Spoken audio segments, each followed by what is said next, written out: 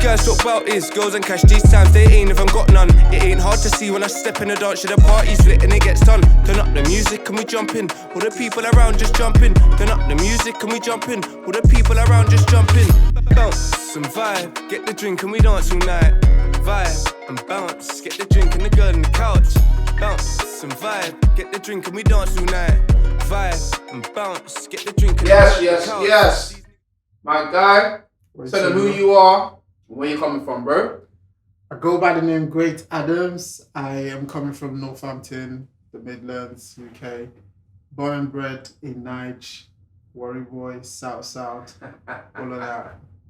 Tell him. Hey, what man said? What Northampton? You say? Northampton, my bro. Jeez, what's Northampton like, bro?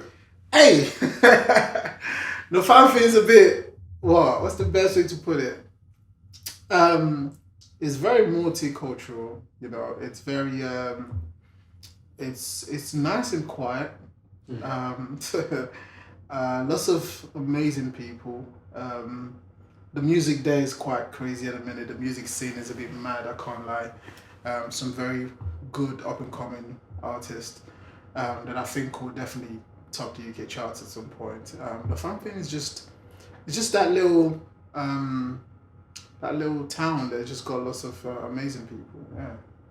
Yeah. Okay. So it sounds like you like it then. Okay. It's chilled. I've been there long enough, so I gotta like it. I gotta like it. I can't do something with it. Don't like it, bro. Say that. How would you describe yourself in one word? I would say I'm very persistent. Persistent. Yes. I like that. And how would you say your family and friends would describe you?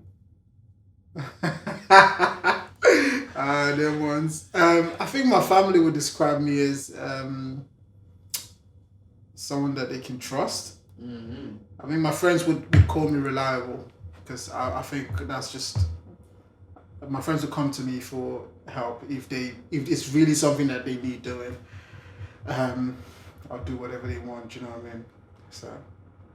To help, of course. Yeah. Let's be clear. I said, let me clarify what I mean. You know what I mean? Yeah. I heard that. What did you go to school in Northampton, or you said you grew up in Nige as well? No. I was born in Nige. I went to school in Nige. Mm-hmm. I came to Northampton when I wanted to go to university.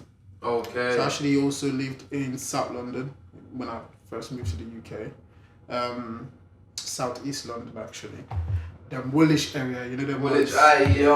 That's Nice Central, man. Nice Central. Shout out Woolwich Arsenal, man. You get me? Then I went to University of Northampton, where I did my BSc. And then I just kind of stayed there, man. I like the peace of mind, you know what I mean? Saying that, and I hear it. Now I understand it more so, obviously, where you went to school in Nige, you were looking for quiet. I need to chill now. Yeah, how was school in Nige? How was that? Well, bro, it was crazy, you know, like, it was, it's like what you see in the movies, isn't it? Like, it's not real. Nige is not real. You know, like, it's like I saw a video the other day of this girl talking rudely to some woman on a train station, and she was in school. And all I could think about was, at that age in Nige, if I even raised my voice at someone who's not even a teacher, just someone walking in the street, they would smack me so hard that I would literally be in A&E trying to get my breath or something, bro. So, Nige is not real. That's what I can say. School wasn't real. It was the best time of my life, though. I can't lie. It was enjoyable. It was beautiful. It was fun. It was real, you know. And I was happy. That's the crazy part. With everything that was going on, I was very happy. And that's the main thing, man. That's the main thing. Sometimes you can be happy with just what you've got. Whatever you get, right? yeah. It's just you create your own happiness there. Sick. So what would you say first got you into music? My mom. Was a music director in church. So she wanted me to sing. I wasn't the best of singers at that point, so she suggested that I play the drums. Yeah. So I... Mom said you could be involved, but just keep your voice.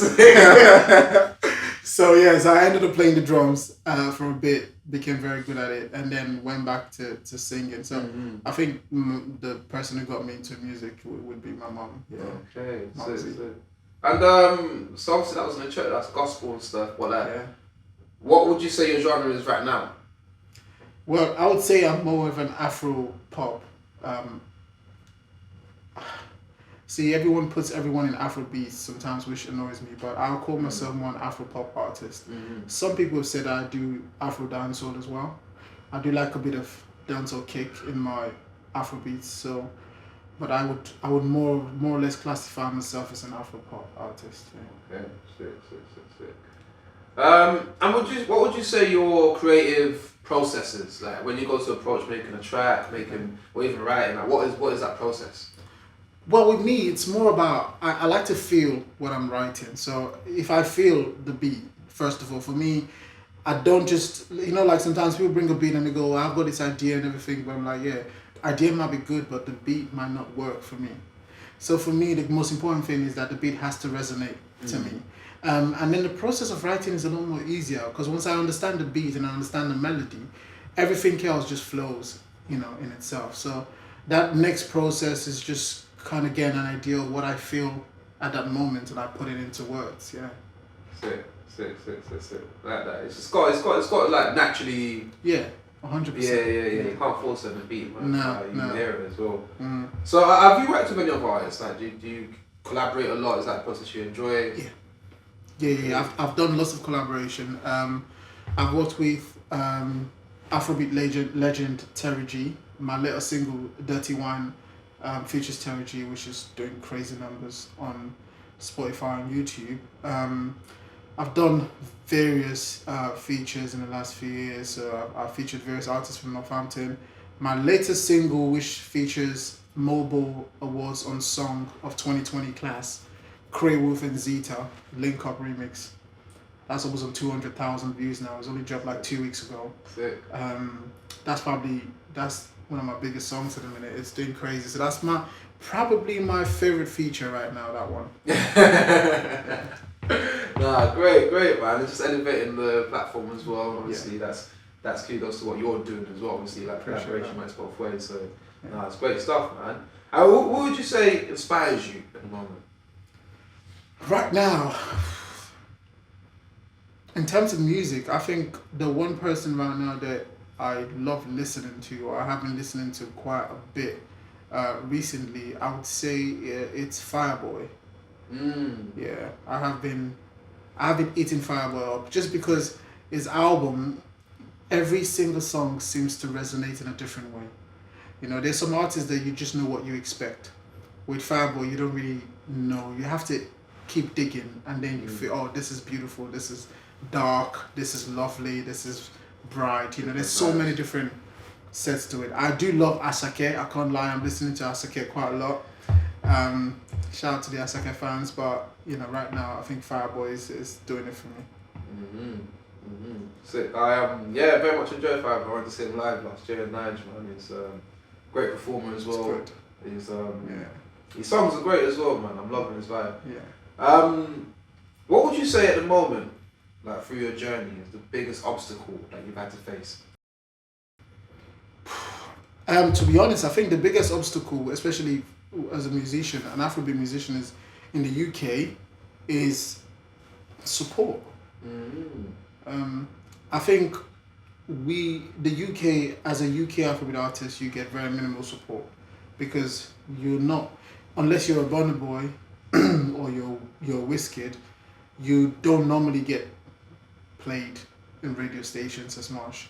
You don't get even the blogs. They might not care about putting you on because they don't understand your song. They don't understand what you're putting up. Although that has changed recently with the BBC introducing, and with people like Chop Sidu, who's pushing the Afrobeat culture quite crazy in the UK, who has constantly supported myself and a few other people I know.